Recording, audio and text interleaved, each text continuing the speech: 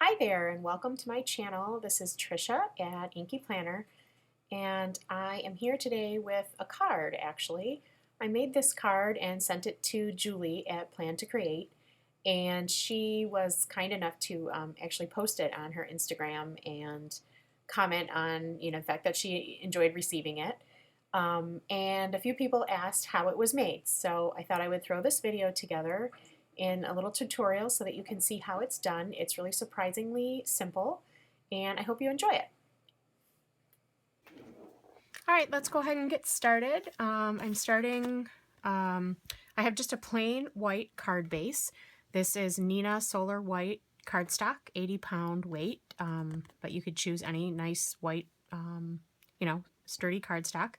And it's cut to half of the size of an 8.5 by 11. So you are at 5.5 by 8.5 and then scored down the middle.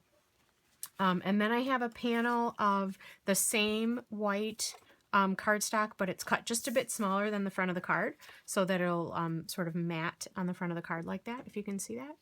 And then I have a piece of white, and this is by Ranger, but just a white watercolor paper, and then a spare piece of white cardstock as well. So bunch of white panels to get started. And then the die that I am using is this beautiful intricate butterfly die, and this comes from Stampin' Up, and it's called Butterfly Thinlits. And then the sentiment comes from the Lotus Blossom, which was an old Celebration set from Stampin' Up. So I just used this sentiment, but you could use any sentiment for this card as well. So let me just show you real quick how I got started. All right, so the first thing that I'm going to do is on the smaller panel of the white cardstock, not the watercolor paper, but just the cardstock, I'm going to go ahead and place my butterfly where I want it. And I think, I sort of just angle it off the side of the page here so that I have room for my sentiment to fit down here in the corner. And I'm just going to run this through my Big Shot, and then I'll be right back. Okay, I just got this off of the die cutting machine, and I pull the die away, and I'm left with the butterfly, which isn't a complete butterfly because we were sort of hanging off the edges in some parts. But then I have the negative image, like puzzle pieces, sort of left here, those 3 pieces. So I'm going to save these because that's what we're going to use for the front of the card. And then I am going to take that piece of watercolor paper that I had, and line these like negative image pieces up like a puzzle, like I said. I'm just going to use a really, really light, faint pencil mark here to sort of give me an idea of where my butterfly ends, but really, really faint. And that's just a rough idea. And then that way I'll know where I need. So when I pull this away, I'm not even sure if you can see it on camera, but I have a very, very faint general outline of where that's going to go. So now outside of that, I'm going to do like a little bit more visible outline so that I kind of know where I need my color to be on this watercolor panel. So now I'm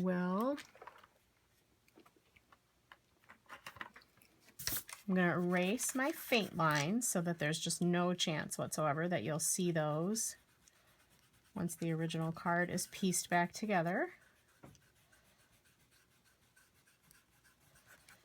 And just leave my outside lines. And then this kind of big blob area is where I want to make sure I have complete coverage of color so that it'll show through to the front of the card. And all I'm going to do here is watercolor that. And in the example that was in the Instagram photo, I did it in sort of rainbow order, so I'll do it that way again. But you could do any color that you like or any color combination. And you could use any medium if you want to color in markers, or if you want to use ink blending with a blender tool or with a blender pen. You could do anything you want. I'm just going to use a water brush too. So I'll choose like a larger tip water brush, and this is the Pentel Aquash water brushes, just filled with plain water. And I'm going to grab a paper towel. Always good to have a paper towel handy so that I can clean off, so that I can just dab off my brush when I switch colors. And I'm going to start way out here and just wet my paper kind of all the way out at the outside edge of where the watercolor would be. And I'm going to start with some of my red. And this is a very, like, you know, fluid, messy process. You can't get it wrong. And then my orange, which in the world of my Peerless watercolors is actually called Deep Yellow.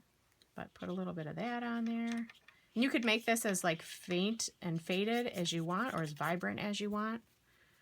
And overlap the colors so you get a nice blend. I'm going to go into golden yellow, get a nice true yellow.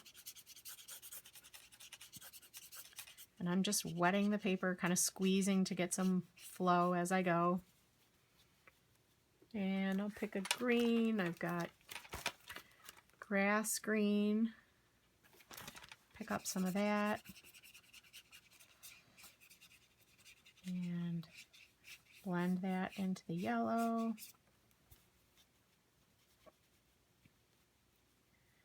Then I'll get some cobalt blue. And let me wet my paper a little again. And get a little of that cobalt blue.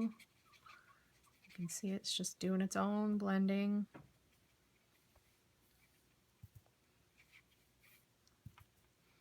And I might go into that green again and just let those overlap a little here.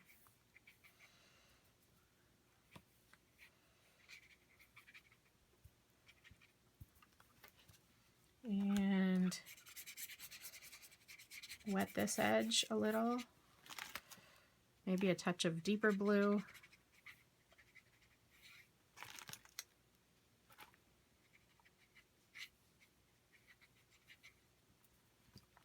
And finally, some heliotrope out here on the edge for the purple. And again, I'm just going to add a lot of water and let those blend.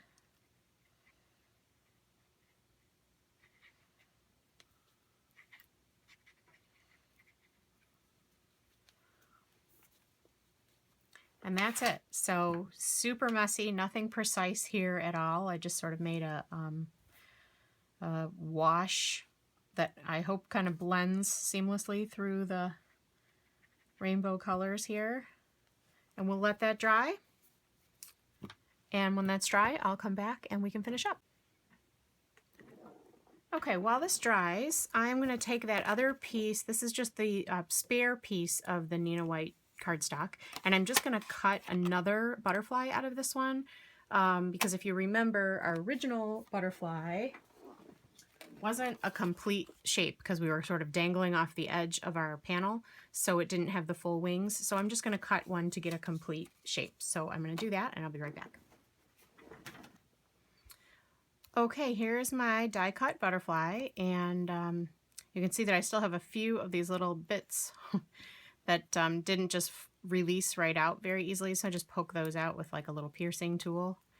And you can get better results from a die cutting machine if you use a shim, or another trick that people have used is to take some, like a bounce dryer sheet and either rub it on your die or actually run it through the machine with the dryer sheet in there. And there's lots of videos on YouTube that show you that technique, but it sort of lets the paper release from the die very easily and gets all these little bits out. So, okay. So now that is complete. Such a beautiful, like, intricate die, isn't it? And I'm just gonna wipe these little bits out of the way.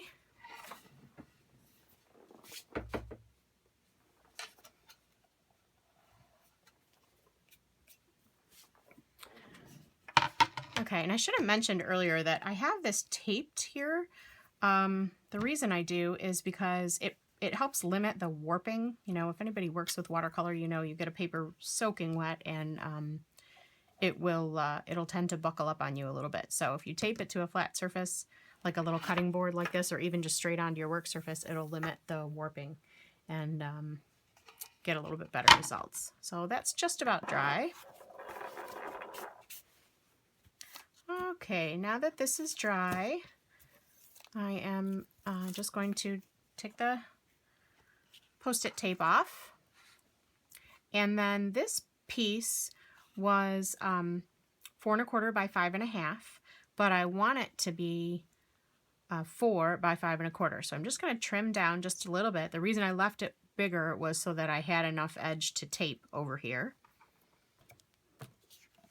And then that will lay on my card front with just a nice little 1/8 of an inch border all the way around the front. So that's exactly what I'm looking for.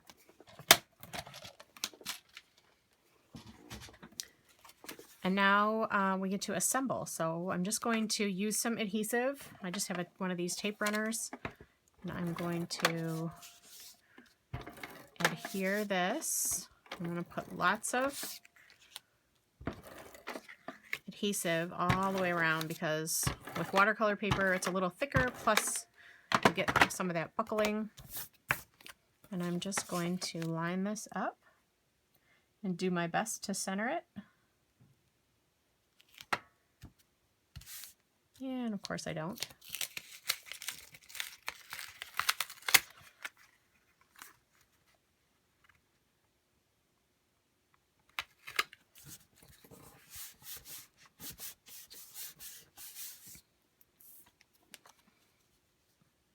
And just make sure that when I put this piece over the top and this piece down in this corner, that everything is covered up.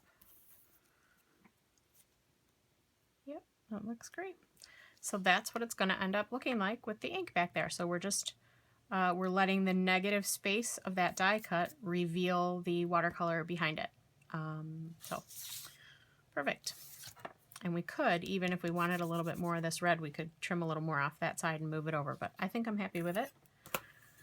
So I'm going to go ahead and put some adhesive on the back of this.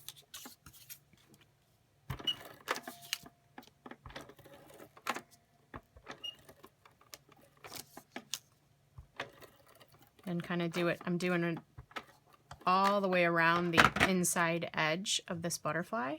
And then I want to line up the corners of my watercolor piece because these are cut to the same size. And then I'm going to take this little puzzle piece that goes down in this corner. I'm going to put adhesive on the back of that. And then this one I'm just going to use my little adhesive so that I can get into all these little bits. And put this one down in this corner and line up the corner just right.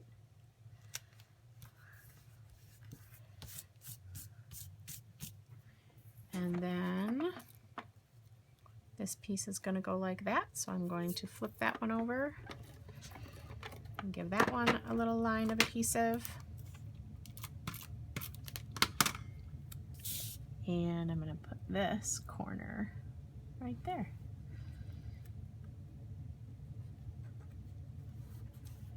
There we go. So you end up with this pretty watercolor image. It looks like you drew it on the paper, but really it's just a layer behind there. And then we have our completed die cut that we can lay back inside of it.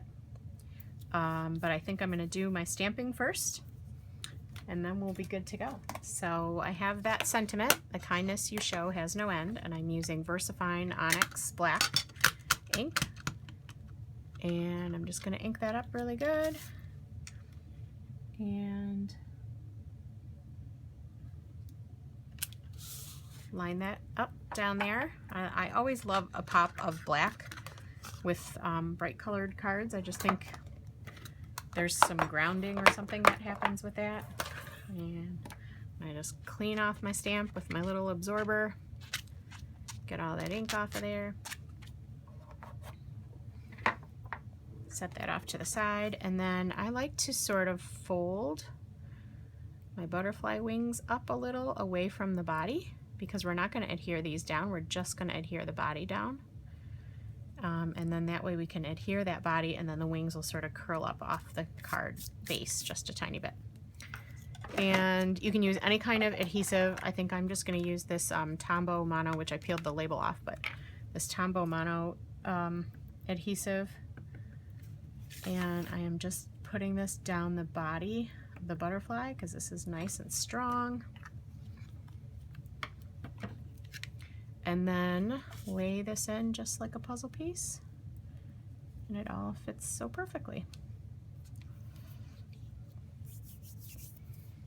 Give that a second to dry, and then other than folding our card and giving it a good crease, we are done. Hopefully you guys can see that. Hopefully that was on screen and all good. And hopefully that answers the questions. I know a couple people out there specifically requested this tutorial. So I hope that this is something that you can give, go ahead and give it a try, and that you were happy to see how this was done. Thanks for watching as always. Although this is not a typical video for me, since most of mine have been about planners so far, I do enjoy all of this creative stuff and very happy to share it out there with people who get a kick out of it like I do. So thanks for watching, everybody. Please subscribe if you want to see more, and you can check me out at Instagram at Inky Planner, and everybody have a great day. Thanks.